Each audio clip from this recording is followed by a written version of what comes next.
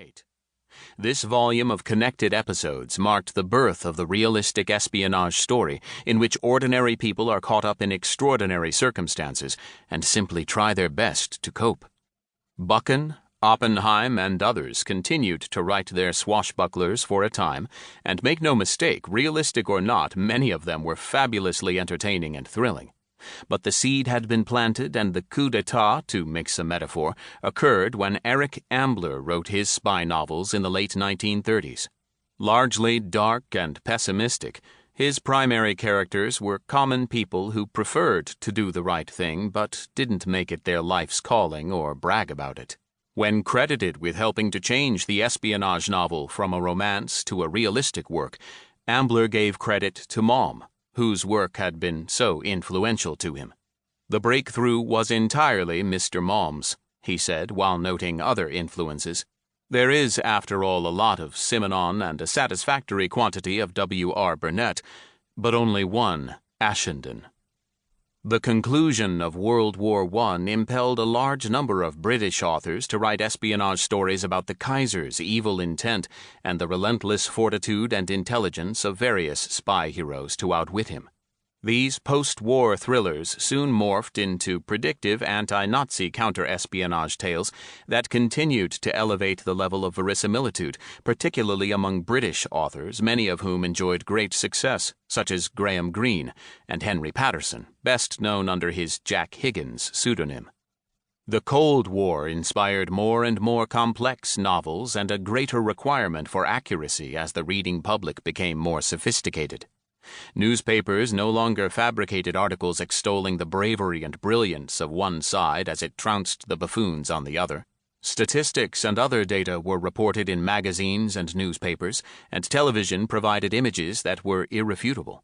Additionally, there was a greater willingness on the part of news media and fiction writers to accept a higher level of moral ambiguity than had existed in other wars.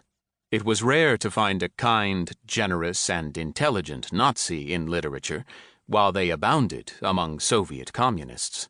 Many authors, both British and American, presented the Cold War as a nuanced game played between two powers who employed the same tactics, its spies and counter-spies equally ruthless, but also just human beings working for their respective countries. The greatest of these authors was John le Carré, the pseudonym of David John Moore Cornwell, whose breakout novel was The Spy Who Came In From the Cold, 1963, the dark tale that posited and illustrated that the British were perfectly comfortable sacrificing one of their spies.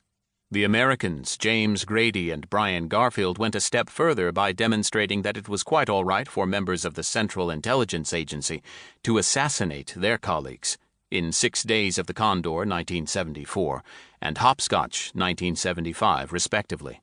Charles McCarry, arguably the greatest American writer of espionage who ever lived, maintained a clearer vision primarily through his series character Paul Christopher, recognizing that the West, most notably the United States, was in a just battle against totalitarianism. A deep undercover agent for the CIA for 11 years, he brought a level of accuracy and believable detail to his work that would have been impossible for any author without that background. If a single author can be said to have bridged the era of the ultra-heroic, extravagantly colorful patriot, it is Ian Fleming, whose James Bond character may have challenged Sherlock Holmes as the world's most recognizable crime fighter. Bond's extraordinary set of skills and attractiveness to women were never designed to appear totally realistic, which was fine with his readers and the millions who flocked to his cinematic adventures. Although Bond, like Fleming, despised the Soviet Union, his villains seldom had ideologies that transcended their thirst for massive fortunes or total world conquest, an acceptable substitute for fascism and communism. The latest enemy of democracy in espionage stories is Islamic terrorism.